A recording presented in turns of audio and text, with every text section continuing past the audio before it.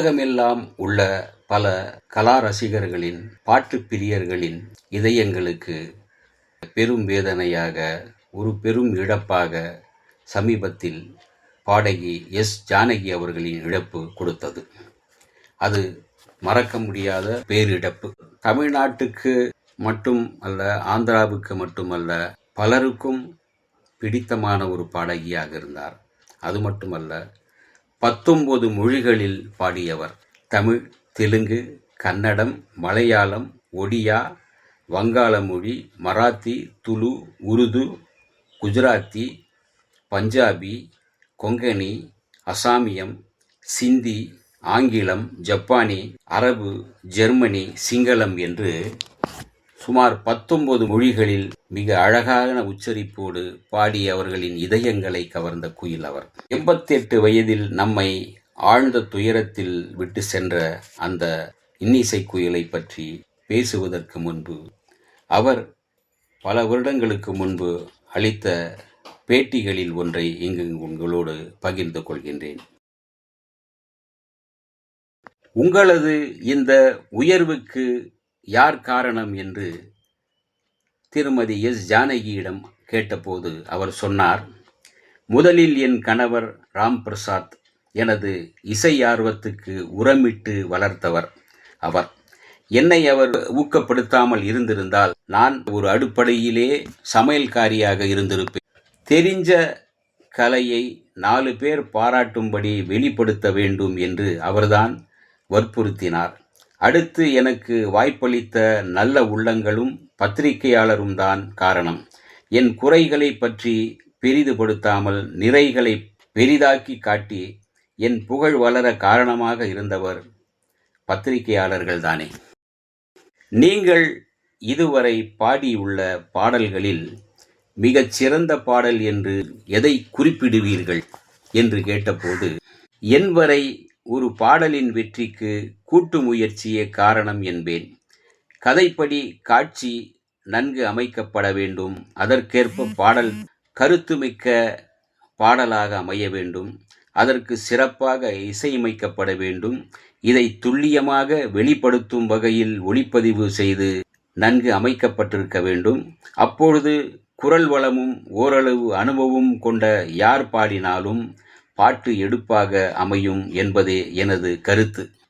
மக்கள் பெரிதும் ரசித்தவை என்ற அளவில் சிங்காரவேலனே, தூக்கமும் உன் கண்களை தழுவட்டுமே, செந்தூரப்பூவே செந்தூரப்பூவே, கண்ணன் மனநிலையை கண்டு அறிய வேண்டுமடி மற்றும் போலீஸ்காரன் மகள், தேன்நிலவு, அன்னக்கிளி பட பாடல்களை வேண்டுமானால் குறிப்பிட வேண்டும். முன்பு பாடியதற்கும் இப்போது பாடுவதற்கும் என்ன வித்தியாசம் காண்கிறீர்கள் என்று கேட்டபோது, முன்பு 3 நிமிடங்கள் ஒரு பாடல் நேரம் என்றால் இப்போது 4.5 நிமிடங்கள் ஆகின்றன.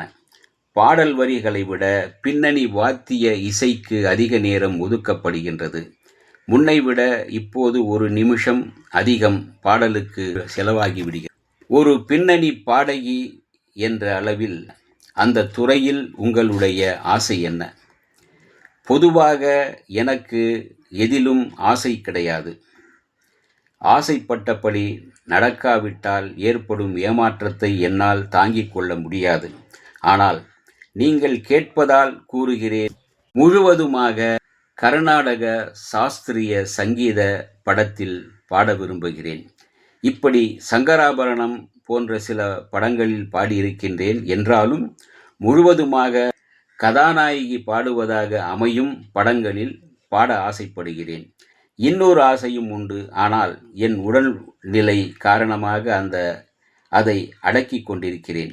மேடைகளில் கர்நாடக இசை கச்சேரிகள் செய்ய வேண்டும் என்று ஆசை. ஆனால் பின்னணி பாடுவதற்கே நேரம் போதவில்லை.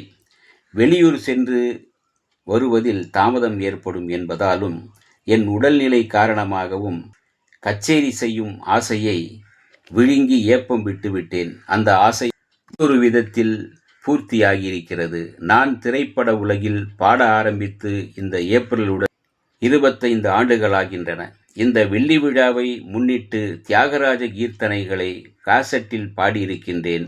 அவை எஸ்பி இசைத்தட்டுக்களாகவும் வரும். தமிழில் நான் பாடிய பக்தி பாடல்களுக்கு நல்ல வரவேற்பு இருக்கிறது. இசையமைக்கும் எண்ணம் உண்டா என்று கேட்டபோது, இல்லவே இல்லை. அதற்குள்ள பொறுமை எனக்கில்லை. என் வேலையை ஒழுங்காக செய்துவிட்டு போனாலே போதும் என்றிருக்கிறது. பாடல்கள் இயற்றி இசையமைத்து இசைத்தட்டு கேசட்டுகளில் பாடியிருக்கிறேன். அது போதும். கடவுள் அருளால்தான் நான் இதுவரை யாவரும் பாராட்டும்படி பாடி வருகிறேன். இறுதி வரை இப்படியே இருந்துவிட விரும்புகிறேன். பாடகியாக, எல்லோருக்கும் பிடித்த பாடகியாகவே இருக்க விரும்புகிறேன் என்று சொல்லியிருக்கிறேன். மிகுந்த அக்கறையும் சிரமமும் எடுத்துக்கொண்டு பாடிய பாடல் படத்தில் எடுபடாமல் போனதுண்டா?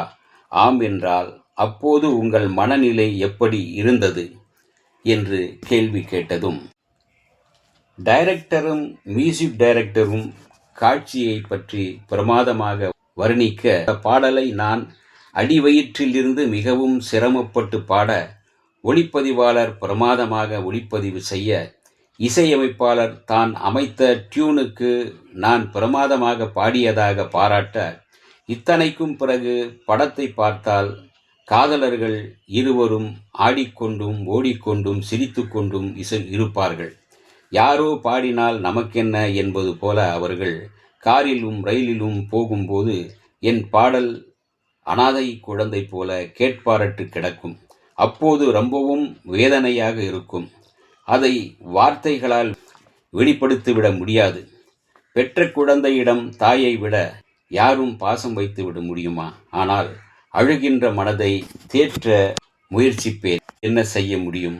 நவரசங்களையும் வெளியிடும் வகையில் இதுவரை எல்லா மொழிகளிலுமாக சுமார் 6000 பாடல்கள் பாடியிருக்கிறார் ஜானகி. கிழவிக்காக, 14 வயது பையனுக்காக, மழலை மொழி பேசும் குழந்தைக்காக என்று இப்படி பாடியுள்ள ஒரே பாடகி இவர்தான் என்று நினைக்கின்றேன். இவர் பாடிய பாடல்கள் இசையமைப்பாளர்களுக்கு திருப்திகரமாக அமைந்தன என்பதை நம்பிக்கையுடன் சொல்லலாம். இவர் பாடகியாக நடந்ததே ஒரு விளையாட்டு போல நடந்த சம்பவம்தான். எஸ். ஜானகியின் சகோதரி பைடிசாமி என்ற நாதஸ்வர வித்வானிடம் சங்கீதம் பயிலும் போது இவரும் ஜானகியும் உடன் செல்வது வழக்கம். இவரது ஆர்வத்தை கண்ட பைடிசாமி என்கிற வித்வான் தானே விரும்பி இவருக்கு இசை பயிற்சி தர ஆரம்பித்தார். ஆனால் அவர் ஓராண்டுக்குள் காலமாகிவிட்டார்.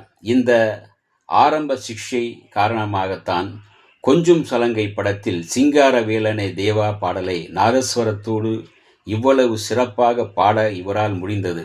அதனால் திருச்செந்தூர் முருகனுக்கு இவர் தொடர்ந்து பூஜை செய்து வருகிறார்.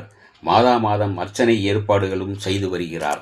ஜானகி இறையருள் காரணமாக மட்டுமே இவ்வளவு இனிய குரலும் அரிய இசை ஞானமும் பெற்றிருக்கிறார்.